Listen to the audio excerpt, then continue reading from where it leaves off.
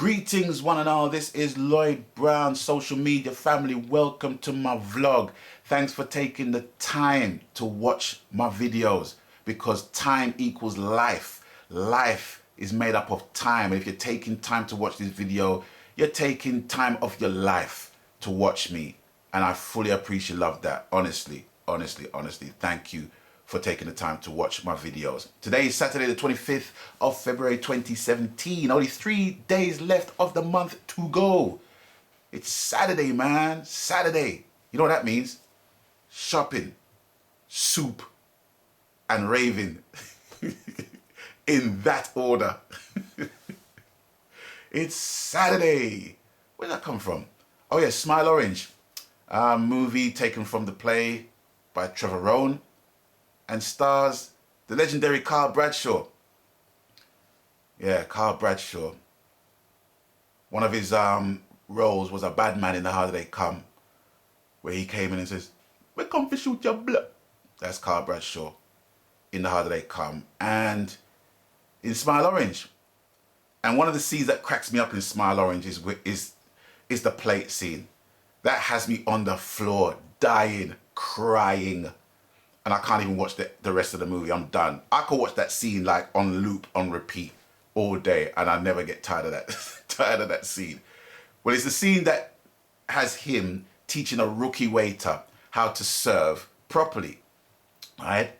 And he asked the waiter to get him a plate, and he got it wrong twice. So Carl Bradshaw just let him have it and said to him, "Plate."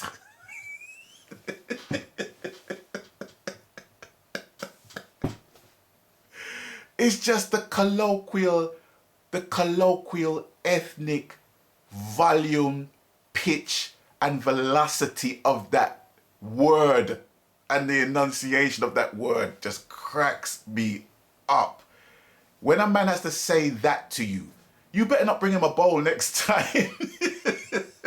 Because you're dead.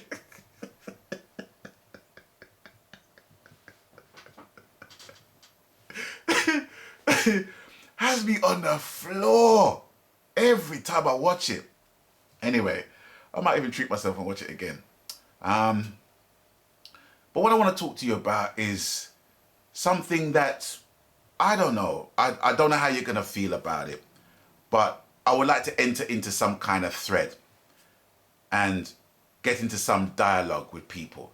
Because usually when I post up stuff, I just post and leave and just let you guys digest it, you know what I mean, and what have you. And then whatever you feel about what I posted up and the vibe I get back, I just expand on it rather than replying to everybody. Do you know what I mean? And I'm not being rude by not doing so. I just find it, you know, more universal for people to kind of link up together with the same viewpoint or different viewpoints and talk with each other. And it's interesting for me to see that, you know what I mean? Although I know it's interesting for you to know my viewpoints on certain things, that is why I do the vlogs. You know, that's more or less a standpoint that has a universal aspect to it, where I'm talking to everyone rather than me just talk to one person at a time in the thread. So I'm not being rude when I don't reply or anything like that. That's just my logic. But this is something that I definitely want to enter into, a thread of sorts.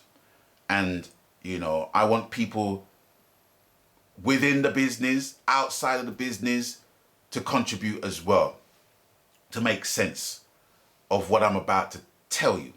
Now, since I posted up the flyer for my forthcoming concert at the Hideaway, it's been met with a largely positive response, all right? One of my dear friends who was supposed to come and take in the show that I had planned for, well, I didn't plan it, but I was due to appear at the show, the Love Fest show, with Tipper Irie, Carol Thompson, Peter Spence, Mandy, JJ Born to Sing, and Joe Caesar. You know, who I think, you know, is a good bill. Even the new artists, then that's a good bill. You know what I mean? You know, a really, really good bill. And I was really hyped up to perform at that event, but it got cancelled. So with the confirmation of this gig at the Hideaway, she linked me and let me know that she's coming. I'm coming. So that was that. And in her doing so, she decided to link up her sisters and them to find out if they were coming as well. And the answer that she got didn't just come from one, didn't just come from two, it came from three of her friends. And they basically said that they're not paying £25 to see one artist. If there was another artist on the bill, you know, yeah, maybe, yeah. But if it's one artist, I'm not paying £25 to see one artist. Okay. There's two trains of thought I want to bring across to you. First of all, is the business element. Is what your £25 ticket is going to pay for. Okay? So I just want to break it down. Okay. One, your £25 is going to pay for the rental, for the promoter's rental of the venue. Okay? And the promoter's rental of the venue can be in the thousands of pounds just to rent the venue. That's it. Nothing else. Right? It can cost him thousands of pounds. So a portion of your £25 is paying for that. What else? Okay. A portion of your £25 is going to pay for me and the band. Okay? So, let's see. How many people are in my band? Drum, bass, guitar, keyboard, 2 horns, 3 backup vocalists. So that's 9 people. That's 9 people you're basically paying, as well as myself. So you are paying 10 people to perform for you out of that £25. So if you divide the £25 by, let's say, 11 with the promoter renting the venue and me and my band, that is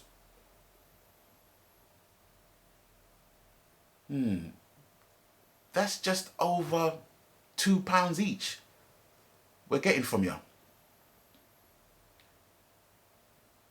We're only getting £2 each. And there's other things to consider as well, you know, like security, because they got to get paid. You know, the people that work in the venue, they got to get paid as well, you know. But the most important thing is that the venue. If you don't have a venue, you don't have a dance, you don't have a concert. So your £25, out of your £25, me and my band members are getting £2 each on average. And you're saying that you ain't paying £25 for one artist. Okay, so that's one aspect. So let's move that aspect one side. And here's another train of thought that might be the reason why you came to that conclusion in the first place. And I'm not trying to step on anyone's con when I say this. This is just business, from a business aspect. Now, when I mention this subject, you're going to automatically think, oh, like that talk about that man there, or whoever. But I'm not dissing no one. I'm just talking from a business standpoint, because the promoter that does is better than the promoter who talks, even when he does, right? So that's my viewpoint. But here's the thing I'm thinking about. When you have these shows that has 25 artists on one stage, and each artist is singing 2 songs, in total, they're singing 50 songs collectively, right? The ticket prices for the show might be £25, £35, £45, right? And you might think you're getting value for money. Fine. There's no way on earth I'm trying to tell people how to spend their money, right? But you might think that that's basically the case where you're seeing 25 artists and you're getting value for money. That's fine. The only people on that stage, right, that's getting a proper workout is the band, is the musicians, are the musicians. Because they're playing 50 songs across a broad section of the reggae fraternity, right? And they're not performing for free. They're getting industrial wages for that work. That's 50 songs they're playing. 50. That's a quarter of my catalogue. Under a quarter of my entire catalogue, right? They're performing 50 songs. They're playing 50 songs, right? Now, when you think you're getting value for money, here's my sticking point. If 25 artists is supposed to justify a £35 ticket or a £45 ticket to you, then here is the problem. That same promoter will put on a reggae show and have all those artists on the show.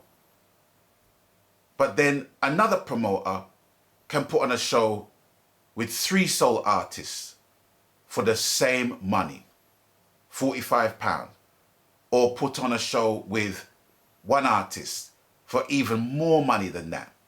Let's say Prince, let's say the Eagles. Those artists will charge £75 a ticket in the nosebleed seats. Those are the cheap seats, right? Now, if you're a fan of Prince, a fan of the Eagles, you'd pay that money, no problem. But for you to say, or anyone to say, that I'm not paying £25 to see 1 artist, shows how much the artist is worth in your eyes, without your overstanding of what the overlays are. The overlays? Outgoings, sorry. What the outgoings are. Who gets what? Who gets a percentage of what out of your ticket money? Do you know what I'm saying? So for me, at the end of the day,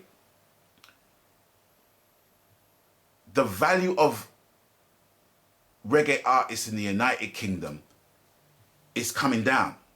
It's coming down. It's coming down. Because certain promoters won't even have a UK artist support a Jamaican artist or an American artist when they come over. Some promoters do, and they maintain it somewhat. But to justify the ticket price of £35, £45 by having 20 reggae artists on the show, what do you think? What do you think? I know what I think, right? But I want to know what you think. For the consumer, it might be value for money. For the artist, I don't know, because I can't speak for any other artist. But from a consumer standpoint, of course, I'm going to be minding and thinking, well, if I can see 20 artists for £40, why am I going to spend £25 and see 1 artist? I totally understand that train of thought. But I'm countering that with my train of thought as to why you even come up with that thought in the first place. And that's the reality of it. So if that's what you feel, if that's what anybody feels about me or any other artist who wants to come out there and perform songs for you and feel that he is worth or she is worth £25 for a ticket, you know, then that's up to you. You know, it is entirely up to you. I'm not trying to tell you how to spend your money. You get what I'm saying? But you need to, people need to understand where the money goes, which direction the money goes before you make that call. And then you might have a better understanding of some element of the business. That is all I'm saying. So please, let's get into some dialogue. Let's chat about this thing, because I love music, as you know. You love music, I know that.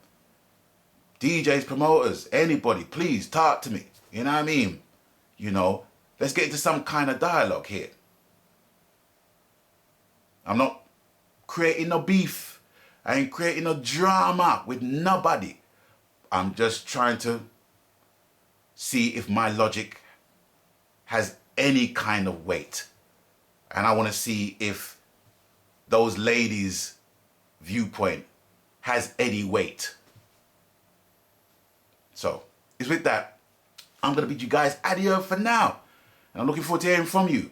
So, it's with that, you don't know the coup already. Abstain from foolishness.